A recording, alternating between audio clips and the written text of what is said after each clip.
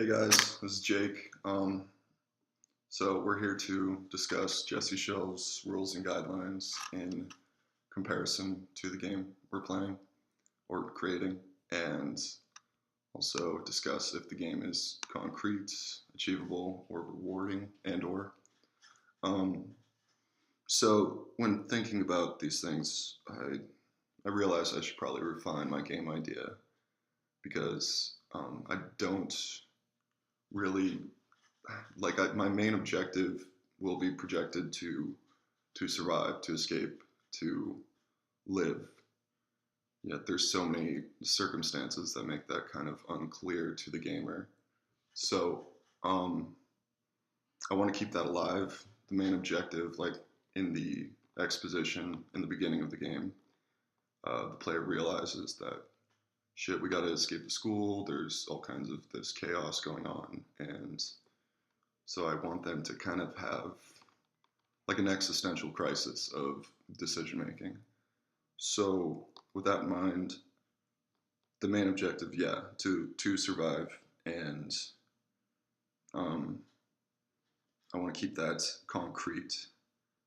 And also, I felt like in order to make it more achievable and rewarding, I want there to be a route where you win, you actually escape, and you actually um, achieve something besides death in the end, no matter what.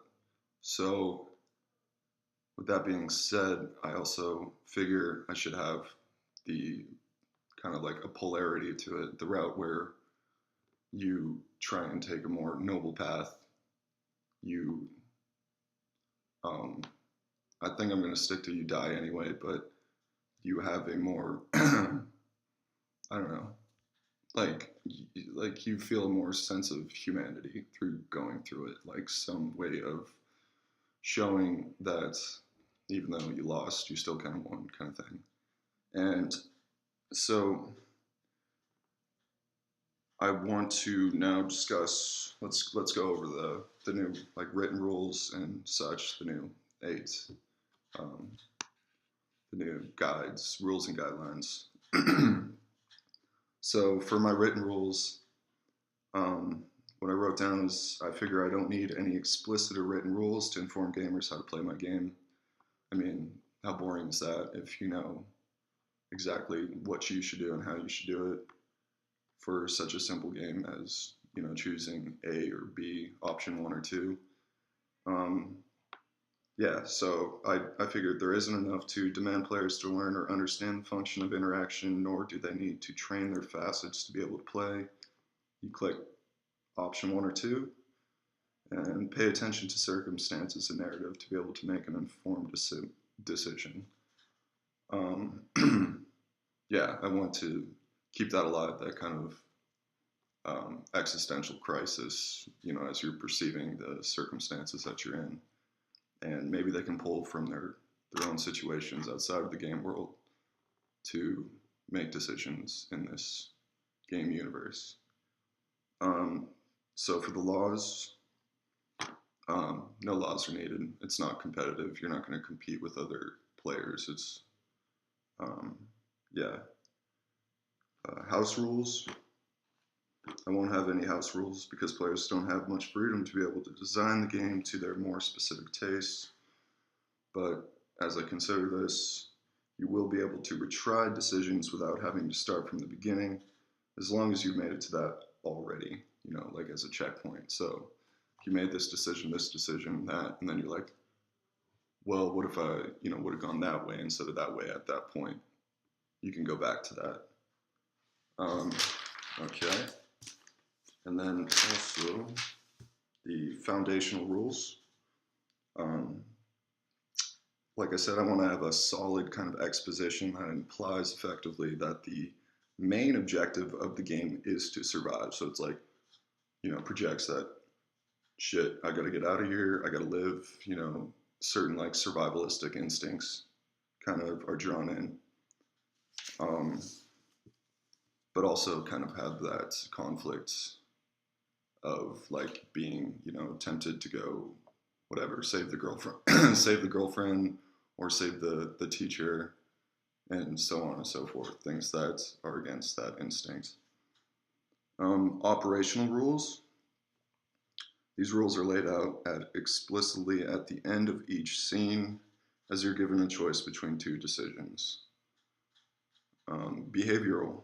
These rules will go hand in hand with advisory rules, seeing as you can't play my game competitively with people. People must derive their logic from the setting and circumstances in the story, plus possibly their own outside, you know, conduct of action kind of thing.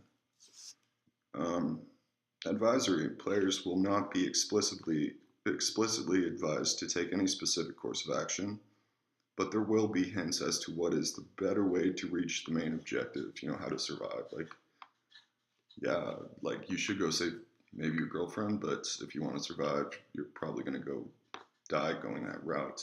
Is it worth it? Is it worth it to live, kind of thing? Like, I want those to be the conflicts that people have in their head as they're trying to decide what to do. And so they'll derive this strategy from those hints and from what they may think they know about surviving. And okay, so for adjustments that I wanted to make it more concrete, rewarding, and achievable, like I said, I want to make the main objective concrete. Like they realize what they're like supposed to do to win the game is survive, and kind of impose that upon them to make those decisions. Yet by defying that, I also want to have a route, like a noble route where you kind of win in another way, like by doing all the more selfless acts. But I want that to be kind of hidden and underneath all the rubble. And so for the right level of challenge, I want to leave. I want to support making selfish decisions to win, yet also tempt the player with choices that show more honor and humanity. So they're kind of challenged to decide what to do in each scene and each checkpoint of where to go from here, kind of thing. So reward. I want to reward the player who makes the perfect route by praising them for their, you know, tenacity and supporting their morale to make them believe that they can make it through worse and survive more. So like when they do take those kind of selfish decisions and find the right route and survive, kind of want it to be like dark and grim and truthful, yet also kind of like supported. Like, yeah, you did it, you won, you can now make it through more things, yet you're now kind of ingrained in this reality of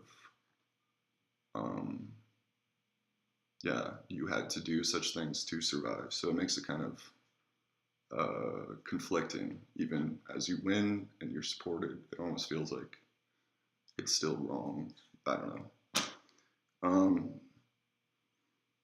So also I want to have kind of like minor rewards. I may have touched up on this earlier for like defying like survivalistic instincts. So by like saying screw it, screw surviving, like what if I die anyway, and then, you know, kind of things, and you go and save your girlfriend or save that teacher, take selfish or selfless acts that I want you to feel a sense of like support and morale for doing such things, even though like you lost but you won, kind of reality.